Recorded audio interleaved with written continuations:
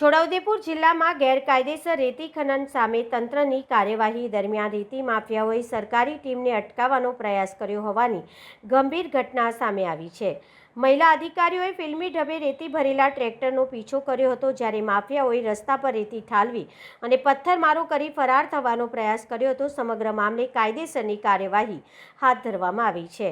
જિલ્લા કલેક્ટર ગાર્ગી જૈનના માર્ગદર્શન હેઠળ ગેરકાયદેસર ખનન અને ખરીજ પરિવહન સામે ચાલી રહેલી વિશેષ ઝુંબેશ દરમિયાન મામલતદાર હેતલબેન ભાભોર, મામલતદાર હેમાબેન દેસાઈ અને ચીટનીસ 2 કલેક્ટર વિજય પટેલ રાત્રિ દરમિયાન પેટ્રોલિંગ કરી રહ્યા હતા। તે દરમિયાન છોટાઉદેપુરના ઈવીએમ વેરહાઉસ નજીકથી રેતી ભરેલું એક શંકાસ્પદ ટ્રેક્ટર પસાર થતાં ટીમે તેનો પીછો શરૂ કર્યો। પોતાનો બચાવ કરવા ટ્રેક્ટર ચાલકે સરકારી વાહનોનો પીછો છોડાવવા ચાલતા ટ્રેક્ટરમાંથી રસ્તા ઉપર રેતી ઠાલવી દીધી હતી। આ દરમિયાન ટ્રેક્ટરના મદદગાર તરીકે આવેલા 2 બાઇક સવારોએ તંત્રની ટીમ પર પથ્થરમારો પણ કર્યો। જોકે અધિકારીઓએ હિંમતપૂર્વક કાર્યવાહી ચાલુ રાખી, પરંતુ ટ્રેક્ટર ચાલક વાહન લઈને વાઘસ્થળ તરફ રસ્તા તરફ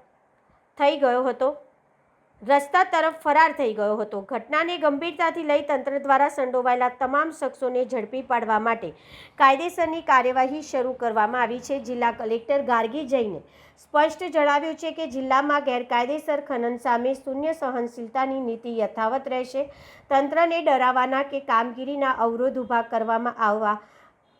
કરવાના આવા પ્રયાસોથી કાર્યવાહી અટકશે નહીં, પરંતુ વધુ કડકાઈ મક્કમતાથી આગળ વધશે। કાયદો હાથમાં લેનાર કોઈપણ વ્યક્તિને બક્ષવામાં આવશે નહીં।